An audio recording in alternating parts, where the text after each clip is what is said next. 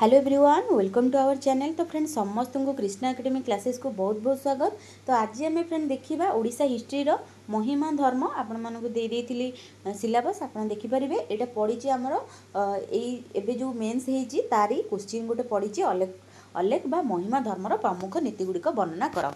तो खाली नीति गुड़िक कहिछि आमे किंतु पूरा डिटेल्स रे वर्णना करिबा, जेहेतु आगु को एग्जाम रे काळे आसीबो आउ किछि, तो सेही अनुसार आमे पूरा डिटेल्स रे पढिबा। तो चलंतु स्टार्ट करिबा। महिमा धर्म ओडिशा एक स्थानीय धर्म संपादय थिला। ऊनवंश शताब्दीर द्वितीय भाग में यह उत्पत्ति होइतिला। केबे हेइतिला? ऊनवंशर द्वितीय भाग में। ब्रह्म समाज जेपरी सहरवासी उद्दिष्ट थिला, महिमा धर्म सेहीपरि ग्रामीण अंचल लोक मानक पई उद्दिष्ट थिला। तेबे ब्रह्म धर्म जोटा कि मौलिक तथ्य उद्देश्यर महिमा धर्म मध्य देखा मिली थाए। एग्जाम्पल मुझे कहूँ जमीक महिमा धर्म प्रतिमा पूजार प्रचलन नाही किंबा समर्थक माने प्रतिमा पूजा को ग्रहण करती नाही। सेमानक मतरे ईश्वर निराकर सर्वव्यापी आउ सेमाने ब्राह्मण और जातिप्रथा को विश्वास करती नाही। सेमाने केवल सूर्य अग्नि को उपासना करती, आउ पाथेना और ध्वनि माध्यम रे पूजा करथांती, आउ शाकाहारी थांती, शून्यवादी दर्शन स्वीकार करती, आउ बौद्ध धर्म को से प्रभावित फल। यह होची बौद्ध धर्मर प्रभावित फल। महिमा धर्म ख्रीष्ट धर्म और ब्रह्म धर्म को मध्य से प्रभावर अनुभूत होई थाए। यह ढेंकानाल पर एक गड़जात राज्यर ग्रामीण अंचल सृष्टि होता समाजर आदृत होता ताहा प्रणिधानर विषय। पश्चिम ओडिशा, मध्यप्रदेश, बंगाला, बिहार आउ रहिला आंध्र प्रदेश महिमा धर्म मध्य अनुगामी करि थांती। एटा गोटे मन रखिए, नागेंद्रनाथ बासु से आधुनिक बौद्ध धर्म बोली कहते जे महिमा धर्म को। आ चित्तरंजन दास से मतरे ओडिया वैष्णव धर्मर अन्य एक रूपांतर बोली कहते। आ पंचसखा आमर जो ओडिशार पंचसखा माने से माने वैष्णव धर्मर भगवान को जेपरी व्याख्या करिसेंती, महिमा धर्मर अलेख बा परम ब्रह्म को सेहीपरि बुझाई देइछंती। तापर आमे देखिबा महिमा धर्मर किए प्रतिष्ठिता। मु तो लिखि देइछि महिमा गोसाई और अलेख गोसाई बा आमे अलेख बाबा सब छोटू कही आसीचु। अलेखर अर्थ होची आकारहीन। अलेखर अर्थ होची आमर आकारहीन। ख्रीष्टपूर्व 26 रे से प्रथम पुरी रे आविर्भाव होइतिले। केही जानि नाहंती केमिति से आसिले कोन, किंतु से पुरी रे 1826 रे आविर्भाव होइतिले। तापरे सेठी रही तापरे से कौन कले ना 1838 रे पुरी से कपिलास चलीगले और सेठी निरंतर साधना कले। केते वर्ष? 12 वर्ष से साधना करिकी बिताइले। कौन खाऊले? सेतबेले क्षीर खाली पिउथिले आ फलमूली खाइकी से सेठी जीवन यापन करुथिले। से वस्त्र पिंधुथिले कुंभ गछर बकुला, कुंभी गछर बकुला से पिंधुथिले। प्रथम शिष्य सेठी रहिले। सेठी रहिला परे सेठी शिक्षा लाभ करिया पई कि पिला आसिले। तो प्रथम शिष्य किए थिले? प्रथम शिष्य थिले सिद्धि गोविंद बाबा बा तांको आदि सिद्धि बाबा मध्य कुहा जाइथे। एटा भेरी भेरी इंपोर्टेंट। अन्य एक किंवदंती अनुसार लेखक गोसाईंकर प्रथम शिष्यଙ୍କ नाम थिला जगन्नाथ। तापर आसिला ढेंकानाल राजा भागीरथी मनीन्द्र बाहुदर अलेख गोसाईंकर पृष्ठपोषक थिले। ये भी भागीरथी किए थिले ना गोसाईंकर पृष्ठपोषक थिले। तापर आश्रम तांकर कोठी ना जोरंदारे समझ जानिसंती।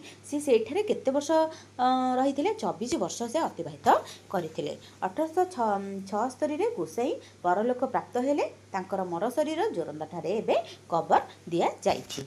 जोरंदा बाद बलांगीर जिले में से खालियापाली नामक स्थान एक महिमा धर्मर अन्यतम केन्द्र रही। सेठारे संत कवि भीम भोईंकर आश्रम थिला। आ रहिला तांकर रचित सरल पद्यवली जोटा गभीर दार्शनिकतार परिप्रकाश अटे। तापर आमे देखिबा संत कवि भीम भोई तांको विषय आम जानवा। 1850 मसीह से जोटा कि राइलाखोल बा रेड़ाखोल ओडिशार जन्म होइथिबार भीम भोई जने साधु कवि तथा सामाजिक संस्कार करथिले। से अंध भाव जन्म ग्रहण करथिले। से कुंडा परिवार रे से जन्म ग्रहण करथिले। तांको पितांको नाम थिला धर्मेश्वर भोई आ माता थिले गौड़ी। से महिमा गोसाईंको शिष्य थिले। तांकर प्रसिद्ध सृष्टि कौन थिला सेटा आमे जानिबा।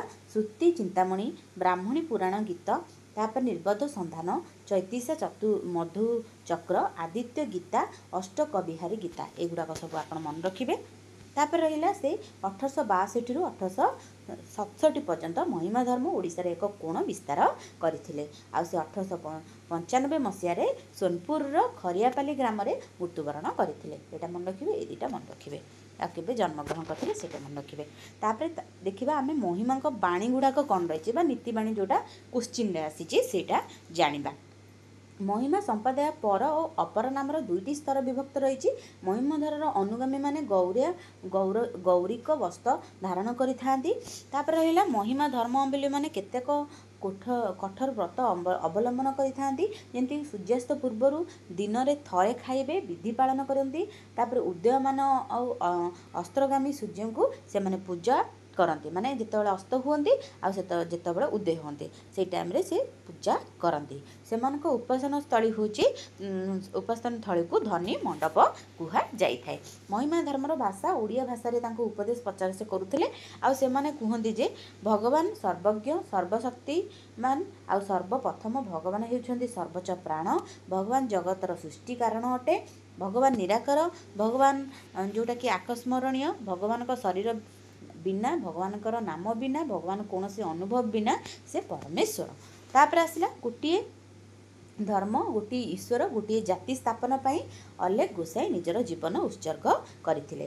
तापर महिमा धर्मर धर्मवाणी गुड़ाक देखिबा। सरल जीवन यापन गुरुत्व अलेख बा ब्रह्म हेउची एक, गुरुवाद, अंधविश्वास, कुसंस्कार विरोध, नारी पुरुष मध्य समानता, एतिकी थिला तांकर। आउ सेमानकर धर्म रे आउ किछि भी आपण ऐड करि परिबे। जेमति कि से माने केतबेले खांती, गोटे भक्त खांती, से माने जहाँ घर को जाती से राति सुधा फेरी आसती, कौटी शुअती ना, आ जहाँ घर को से जाती दिथर खाइबे नाही। एगुड़ाक सब नियम तांकर रहिछि।